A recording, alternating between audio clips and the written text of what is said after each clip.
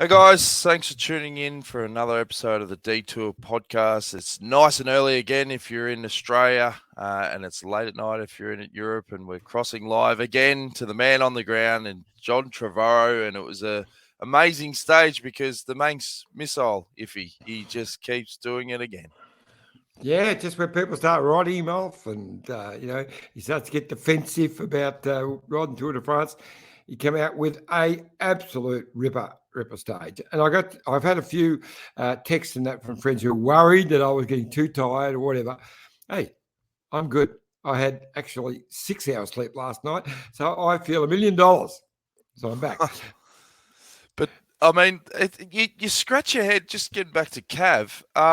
He just keeps delivering. I mean, it was 13 years ago since he won his first stage at the Giro. He's had 9 years in between racing the event, and he comes back. Obviously, it's a strong team, and it was a really impressive lead out from Markel Merck. But the fact that he led from so far out, yes, it was downhill, but just his race smarts in the game of chess and the way he came across with 100 meters to go, blocked the runs. There was a run there for Gaviria, but just held him off. And when they get to that age, the question mark is you might have the top end speed, but you can't hold it for as long.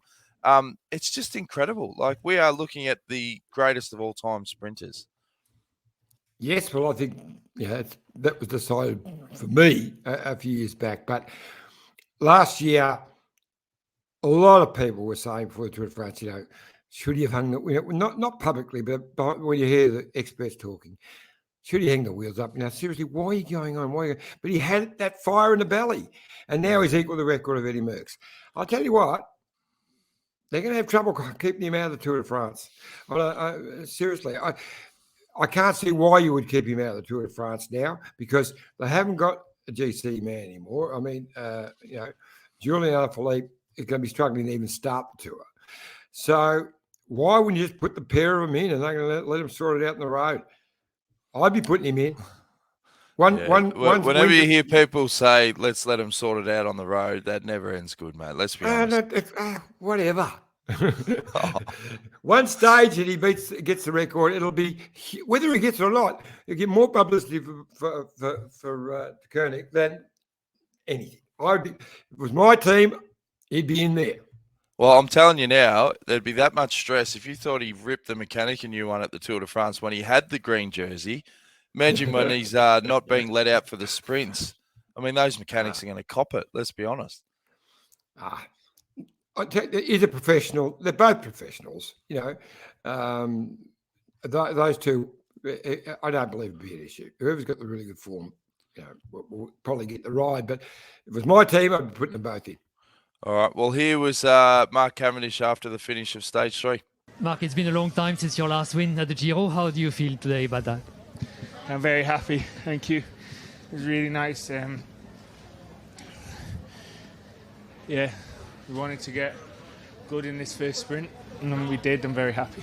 Can you tell us how you built this victory with your teammates?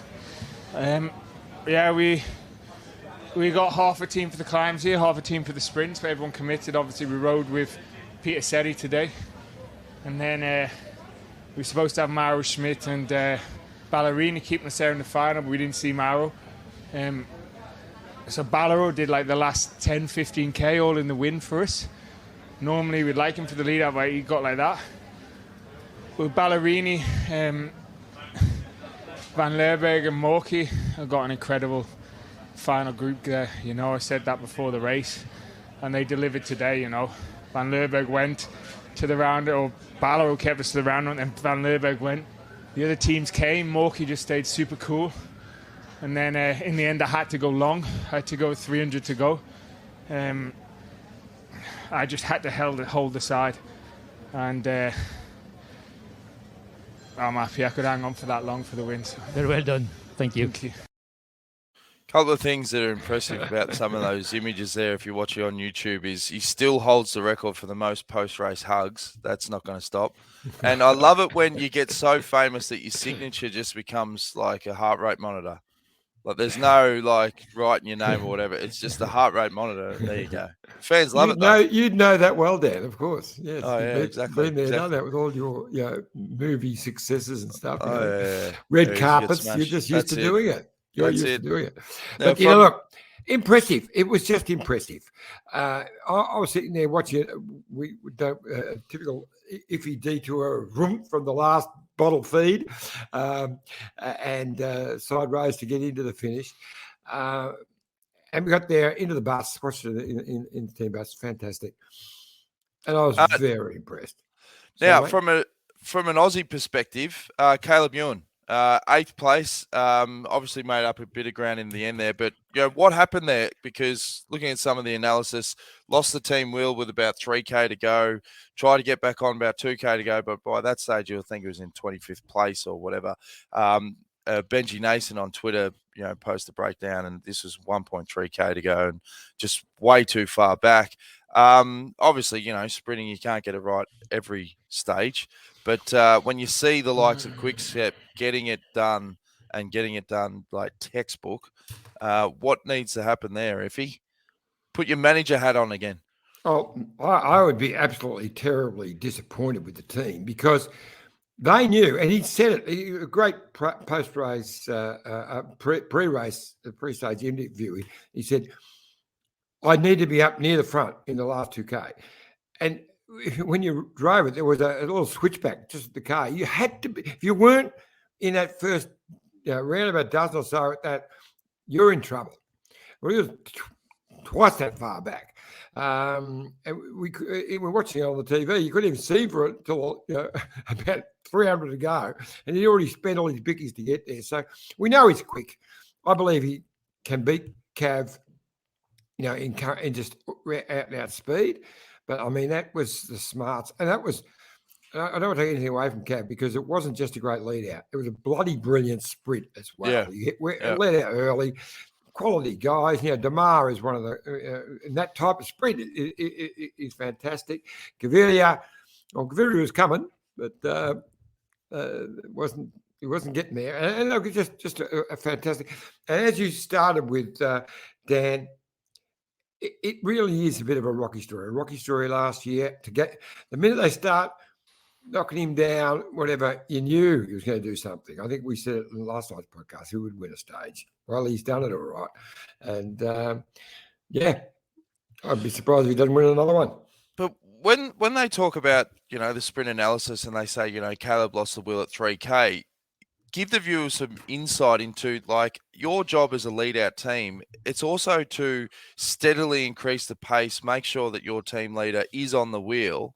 There are a number of factors that go into just even making sure that your leader is on the back of the train and does it in a way that you're not creating that unnecessary stress.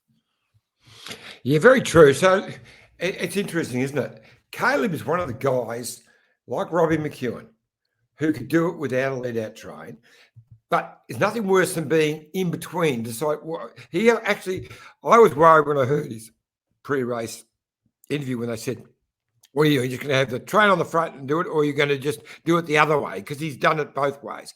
And he didn't. He said, well, not quite sure.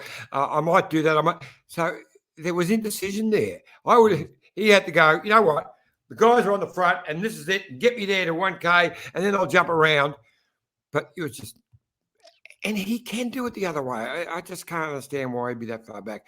He's got good form. His ride on stage one was superb. Maybe it knocked a little bit out of him. He said he was all okay after biting the dust. Maybe it did knock a little bit out of him. When you hit the road, at even going uphill, I was still doing close to 50K an hour. It knocks a bit out of you. So I don't know. I haven't had a chance to talk to him. I will talk to him before the start of stage 4, so we'll find out. All right, we're going to take a quick break, and when we come back, you've got an interview with Matt White and Matteo Sobrero, so stay tuned for that. Look at this bike. You think it's just a bike, right? But it's not.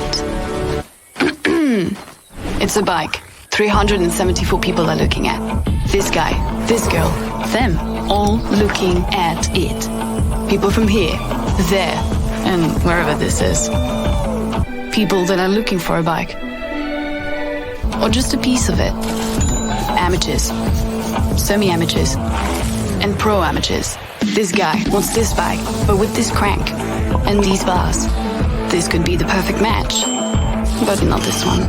This girl has a bike to sell, and thousands of people might purchase it. Eyes on Bikes help grow small businesses. His, hers, yours, and the latest data and insights help those businesses keep moving. We are the world's #1 bike marketplace, with over 500,000 products and 900 brands, where buyers and sellers are brought together in a place where a bike is never just a bike. Bike Exchange, where the world buys, sells, learns, and rides.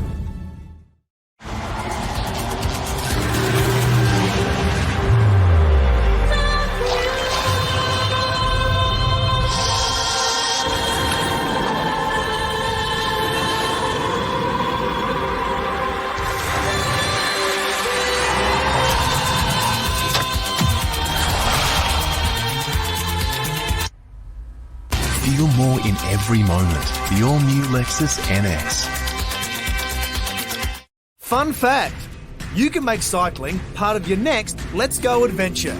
With a bike, you can enjoy and explore even more places. So, feel the wind in your hair, book a bike, enjoy the outdoors and see more with a Let's Go motorhome today.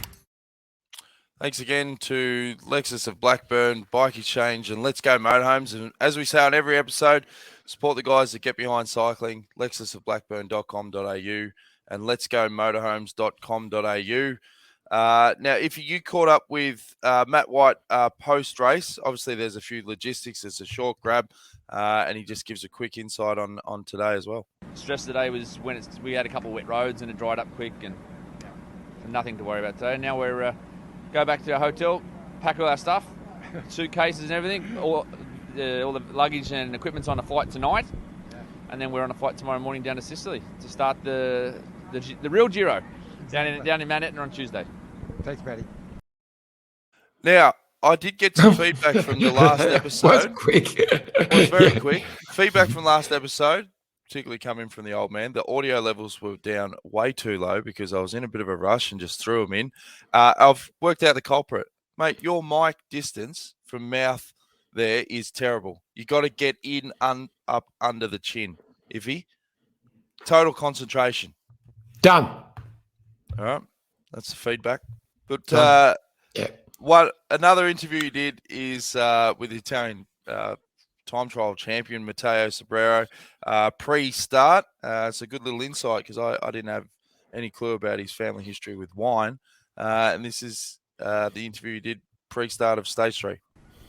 So here we have Matteo Sobrero, who is the Italian time trial champion. But yesterday you did a very special ride, 4th overall. You must be very pleased. Yeah, yesterday was a good time trial. I'm really happy also for Simon that he won. And now today I'm wearing the white jersey, and as Italian is something really important. I really hope to bring it Italy.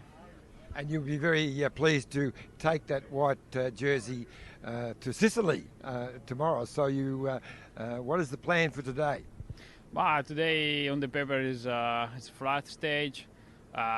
Nothing dangerous. It's sprint stage, so looks like easy stage, but we will see. We never know.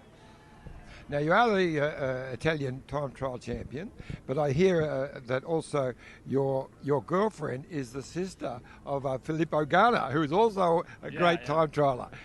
The good family rivalry there. No, we are a really good friend. We grow together in cycling, amateur cycling. So we are big friends, and we try to help each other with some tips, some helps. So yesterday he texted me. He was really, really happy. So congratulations on a fantastic race so far. Also, interestingly, you come from a family of winemakers. You are the 4th generation of winemakers. So, and you've been kind enough to be bringing some bottles with us. So we've been tasting it every night. Very, very good. Thank you. My family they have a small winery in Piedmont and in the Barolo area. And yeah, me and my sister will be the fourth generation of winemaker. But yeah, now I'm a pro cyclist, and I'm enjoying and giving my best. Thank you, Matteo, and good luck today, mate. Thank Bye. you. Yeah, it's always important to give positive feedback, and that was a great interview. A couple of good little insights there. A bit of research. Well, he's a really, really interesting young man. The team love him. He's mixed in with the riders, brilliantly. And it's a very nice drop of wine. Even Jerry was impressed with the wine. Yep. But he's doing courses in the business, and his sister, who spoke about, she's actually doing a degree in the whole horticulture side of the wine industry. So between the two of them, they plan to take it over, but he wants to take his career the full distance as a cyclist, and then they'll take over the family business. But amazing, right in the heart of truffle country. So I'm sort of moulding that friendship so I can head back there one day and reap some benefits. Perfect. Now, if you do want to get involved with the show and ask any questions live, do so on YouTube, Facebook, or Twitter. Andy Matthews has joined in on YouTube. Said, "Iffy sprint analysis spot on. Nice to be watching you live again from Sicily. Looking forward to a big couple of days here, and I will be on the lookout for the Bike Exchange mascot." Now, obviously, there's a rest day. Well, rest day is a lot of transfers trying to get from Hungary down to Sicily, but we've got a massive stage 4 ahead, as we talked about on yesterday's show, finishing up Mount Etna. It's going to be one, obviously, for the GC guys, and it's where the race really lights up for the likes of Simon Yates. Yes, look, I'll try and get some coverage of what they're doing tomorrow. So, unfortunately, Vazzy and I got the flick off the special flights that they've got, which are from just near here. Vazzy and I now have to drive back to Budapest 2 hours, jump on a Lufthansa flight to Munich, and swap over and get another Lufthansa flight to Sicily. So, big day. I think it's about 5 hours. But I'll get one of the guys so what he was just saying to us before, they are going to jump in the cars and drive to Mount Etna and ride part of it with the main climbing crew. So we'll see if we can get a little bit of that vision. But we'll definitely, I'll be there well before our podcast. I'll definitely talk to the guys about their fresh feelings about it after being for a pedal on the climb. So we'll have all that in tomorrow night's preview of what is the first real defining moment for the GC guys. I mean, the stage 2 time trial a little bit, but there's only seconds in it. We'll find out. Won't find out on Tuesday who's going to win this Giro d'Italia, but we'll find out a few guys who won't be in contention. That's one of the classic Grand Tour cliches. You won't win it on this stage, but you could lose it. Now, very true. One thing in terms of a form guide is, in those short time trials in any Grand Tour, you go back through the history books and look at the riders that have actually gone on to win it. It is a true show of form when they outperform the expectations in those shorter time trials. No doubt. Oh, no doubt. The fact that Simon has absolutely pulled out the best TT of his life over such a short distance is such a good indication of where he's at. And as you mentioned in 2020, when he come down with COVID, he openly said in the videos, they did a 3-part series on the Green Edge YouTube channel talking about the build up the Giro, and he said that was the form of his life before he got COVID. Now, I'd argue that he's on the same amount of form, if not a little bit better. You could argue with it, and a lot of people would agree with you too, Dan. You could argue. You could, but you've become a real expert. No, I'm not being a smart ass. Well, I am, but I'm being serious as well. No, you're spot on. I think he's going to win this Giro d'Italia. I thought so before the start. But I didn't believe he would win that time trial. I thought he would do top 5. I thought he would surprise everyone, do a real good one. He's right in Paris-Nice, impressed me so much. But he won the damn thing, beating a specialist like Matthew Van der Poel and Dumoulin. Yeah, and I know it was a little bit of an uphill the finale, which is it, but if they had the times at the bottom, he wins. He wins a dead flat 9K time trial. Wow. We've got another live comment from Blackie, Andrew Blackmore. Why couldn't they take Fabio Jacobsen, that's Quick Step, and Cav to the Tour Iffy with Morkov leading both out? How come press say one or the other to ride the Tour? I agree, Blackie. You must have just switched on, mate, because I was just saying that. But 100%. It's my team. They'd both be there. Well, what it does for me is it does create confusion. Like if you don't have a clear leader, that they're always sort of looking out to them. You've got two leaders in a sprint. I'm telling you, you're going to have it's going to be letting a cat among the pigeons. There's going to be drama very early on the race because everyone goes, "Oh, they're all professionals. They're all pros, mate." Bullshit. No, they're winners. They're winners. Pros. They might be winners, but they're pros. Seriously. I don't care how professional you are. You make a decision. You take them both there. They're not. You don't have them racing each other. Of course not. You can't do that. That's what they're going to be doing. No, they're not. They have their different day. They won't. Seriously, they won't. If it was my team, I'd have them both there, and I'd look at it and I'd say, right, on the road or just for the start. Today, Cav, you're actually doing the last lead out, or swinging around. It can be done. And your turn tomorrow. That can be winning stages between them. It's a fantastic way to go. And if I was Cav and I was told to do the lead out, I'd be like, yeah, okay, yep, no worries. And then, I don't know, with 2K to go, I'd just find my own wheel, just drop me train, do my own thing. And then when you win the stage, you go, hey, never in doubt. Leave Cav out and you leave about 10 front pages of Belgian newspaper as he's trying to beat Eddie Merckx's no, that's a good point. Anyway, it'll be interesting. Bloody interesting. Andy Matthews says, I can confirm that there's hardly a flat kilometre in the first 50K of stage 4. Some tough climbing to soften the legs well before they get to Edna. That's pretty interesting insight in terms of how tactically they'll race this, given that exactly what Andy said there. It is very lumpy at the start. Do you think they're going to pull the trigger from the gun? Because also the factor is you've got the travel. Some riders do not ride well after a rest day. But a lot of riders will, turn their legs over just so that they do not feel blocked up. And when particularly the non-climbing sort of riders see a stage like that and see the parkour in the first 50Ks, they get nervous straight away. Yeah, look, there's two races going on there on stage 4. Simon could very well take the pick because I don't think Van der Poel will get up there with them. He does some amazing things, but he's not likely to last, which means that puts Simon into the pink. Simon's race is not against Van der Poel. As I said, Van der Poel's not going to be in contention in the latter part of this Giro d'Italia.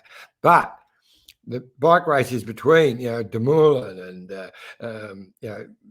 Kelderman and all of those guys, Bilbao and Carapaz. Yeah.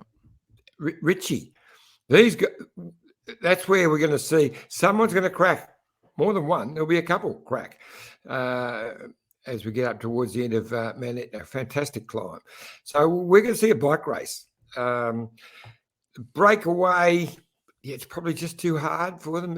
One will get a bit of a gap, but yeah, I'm looking forward to it. Great stage. I think we'll see Simon in pink, and then I reckon they won't even try and defend it. They'll let sprinters teams do whatever, but they won't spend any energy trying to defend it. Be happy to let it go again, but you take it when you can, because his thoughts now are on getting the pink. He's been in pink.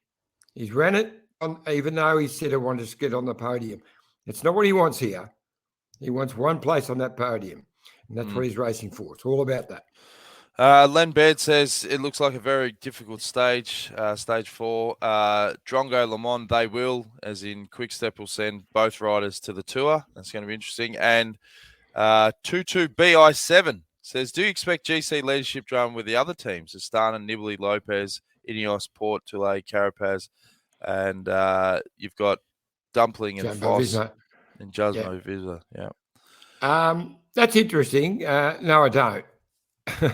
because Carapaz is definitely the man, unless something happens on Tuesday. But no, they're right. They're riding for Carapaz, and I wake him up again because I remember there were a couple of things he said that was good.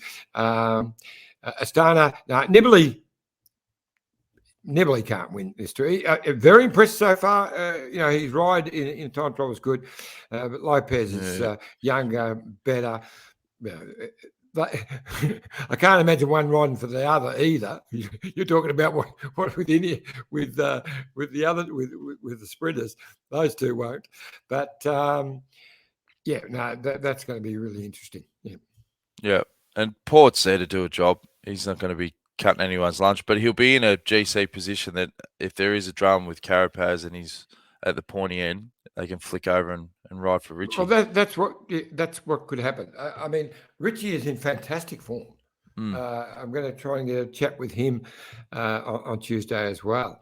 I've had twice. I've been quick. He said, "G'day, mate," but Vaz wasn't there next to me with the camera, so he couldn't hang around. So, but I will get him. Now, you didn't send through any photos of your food, and the fans want to know. RBF 2019. Yes, he did. He sent them to you yesterday, and you didn't. You used only the fat, and you said, "Oh, I'll show." It's exactly the same tonight. He sent them yesterday. Did he? Yeah. Oh, I didn't see that. I've used those photos, I think.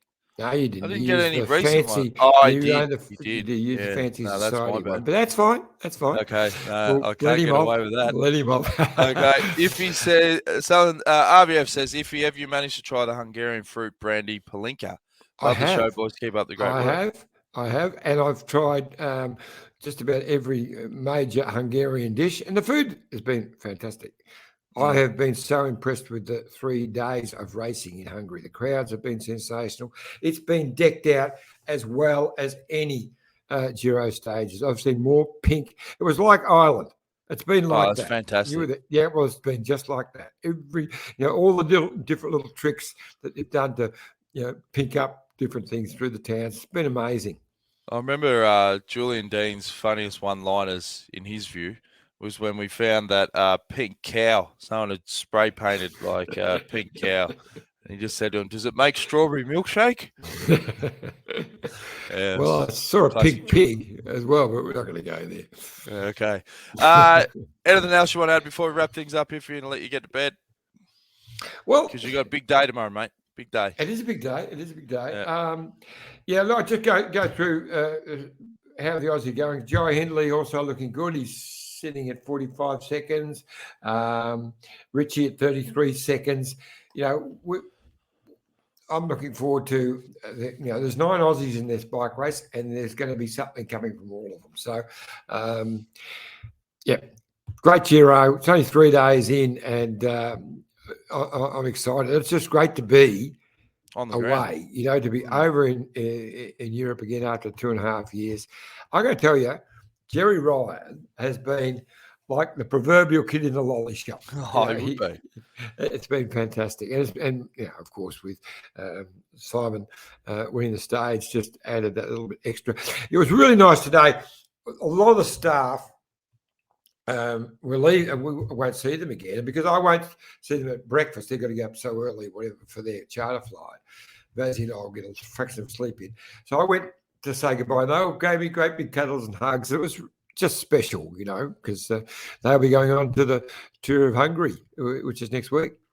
They're just rapt to see the mascot on the ground.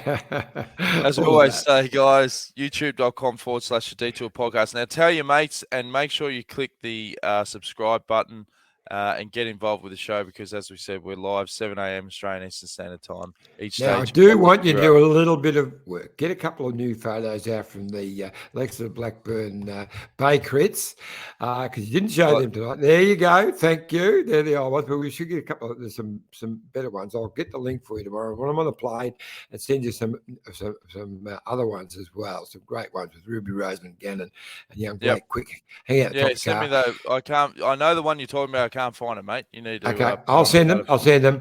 But just to finish, we sort of flick through the ads, and if you're listening to the podcast, you don't see it all. But they're great supporters of cycling. You know, the Moore family, Andrew and Sarah, are fantastic.